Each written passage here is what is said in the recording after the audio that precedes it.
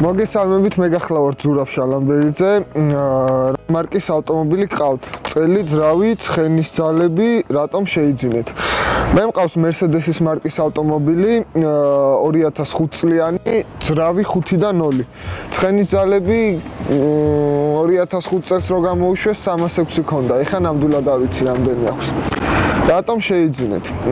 პირველ რიგში შევიძინე იმიტომ, რომ მანქანა არის კომფორტული, რაც ყველაზე ძალიან მაინტერესებს, არის გამძლე და რაც მთავარია არის სწრაფი.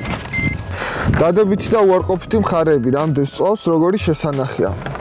დადებით მხარეზე უკვე ვისაუბრე. დადებითი ის აქვს, რომ არის ძალიან კომფორტული, არის სწრაფი, გამძლეობას რაც შეეხება გამძლეა, ანუ სულ 6 თვე არაც ყავს ეს მანქანა და ჯერჯერობით არაფერზე პრობლემა არ შექმნია. რამდენს წავს და როგორი შესანახია. წვით ქალაქგარეთ ავტობანზე 10 ლიტრს წავს. შესანახად რომ თქვათ, რომ როგორც 2005 წლიანი მანქანა ძვირის შესანახია არა.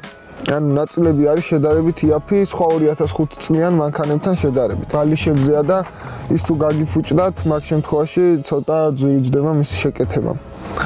როგორ მოგწონთ ქალაქში მოძრაობა და როგორი მძღოლი ბრძანდებით თავად? იცავთ თუ არა მოძრაობის წესებს? ქალაქში მოძრაობა მომწონს თქო ვერ ვიტყვი, მაგრამ ქაოტური მაინც არ არის ასე თუ ისე.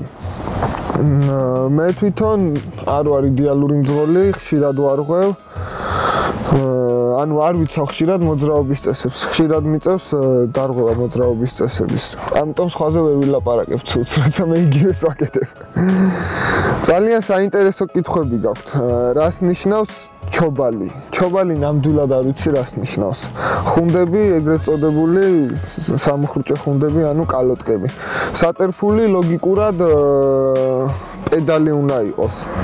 ქნევარა ნამდვილად არ ვიცი რას ნიშნავს და ჯალამბარი არის ეგრეთ წოდებული ლიბიოტკა, ოფროუდელების საყვარელი ნივთი. გადაცემა ავტორბოლას უსურებ ბევრ წარმატებას, დიდ რეიტინგს, ბევრ სპონსორს, კარგი ფუნქციონირებისთვის.